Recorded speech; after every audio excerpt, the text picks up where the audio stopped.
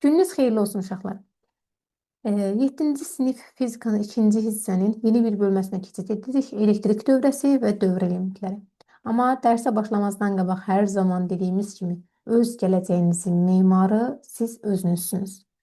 Odur ki, çalışqan olun, dürüst olun, xəyallarınızdan vaz keçməyin və gerisini Allaha həvalə edin.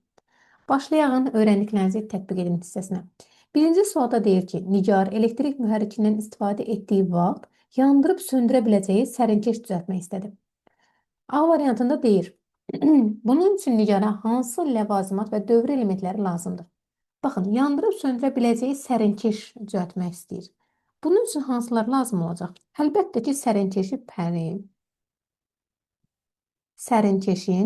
pəri.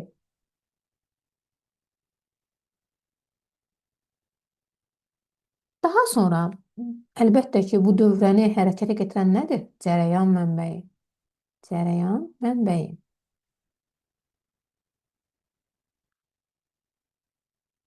Daha sonra yandırıb açırmaq üçün elektrik açarı. Bütün bunları birləşdirmək üçün naqil.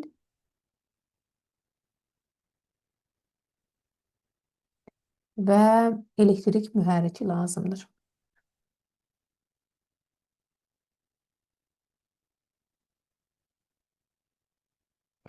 İndi B variantında isə deyir, sərinkeş dövrəsinin sxemini çəkin. Yəni bunlardan istifadə edəcəyimizi bildik.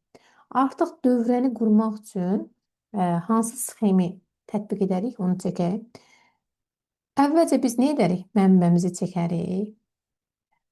Daha sonra bunu naqil vasitəsilə aşağıda açar, yandırıb qapamaq üçün. Sonra bizim nəyimiz var? Motor hissəmiz. Hansı ki, sərinkeşi buna birləşdirmək lazımdır. Və dövrə qapandı.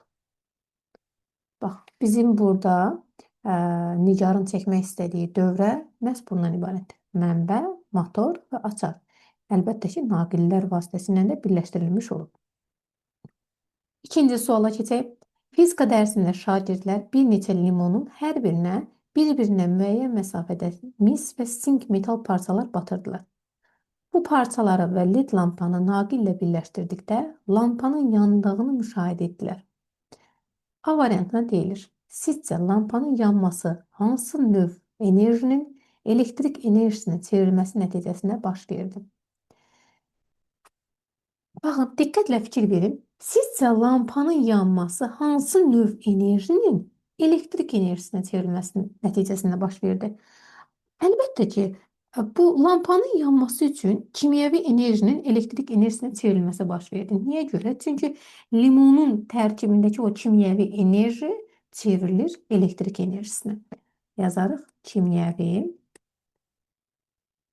çevrilir elektrik enerjisinə.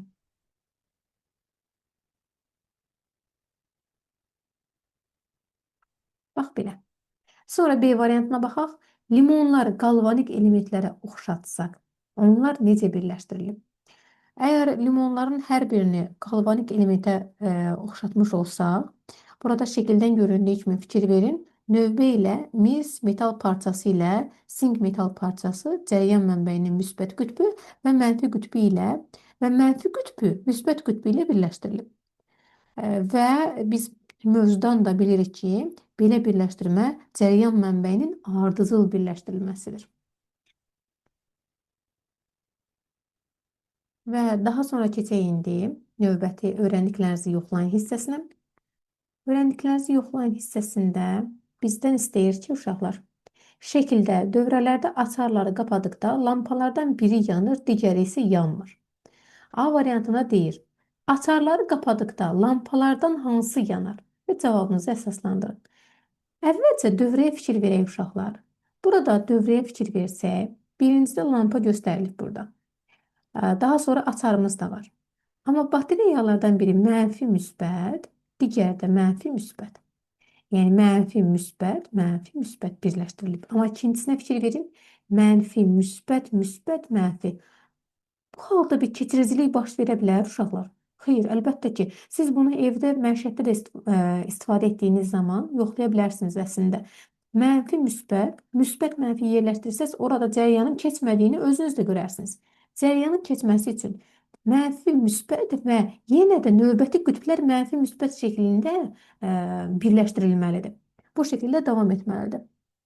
Ona görə də burada A açarı qapadıqda birinci lampa yanar. Buna səbəb də bu lampanın qoşulduğu dövrədə cərəyan mənbəyinin düzgün birləşdirilməsidir. Yəni, bax, birinci bu doğrudur.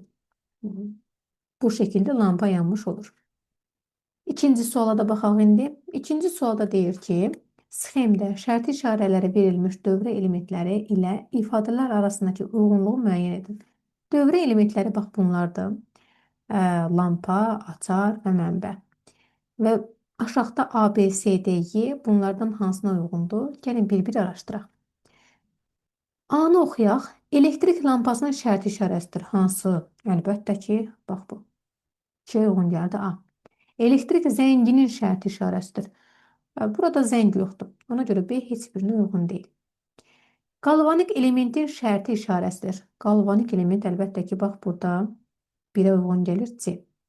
Elektrik dövrəsinin enerji ilə təmin edən qurğunun şərti işarəsidir. Əlbəttə ki, yenə də 1-ə uyğundur. Elektrik işlədicilərin dövrəyə qoşan və ayıran qurğunun şərti işarəsidir. Bax, bu açardır. 3-ə də uyğun gəldi Y. Yəni, bu şəkildə müəyyənləşdirmiş oluruq. Amma təkcə B variantı heç birinə uyğun deyil. Çünki zəngin şərti işarəsi tamamən başqa formadadır.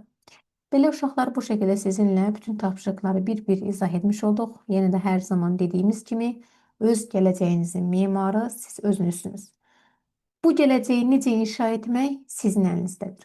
Odur ki, gələcəyinizi gözəl inşa etmək üçün gələn görüşlərə qədər. Sağ olun uşaqlar.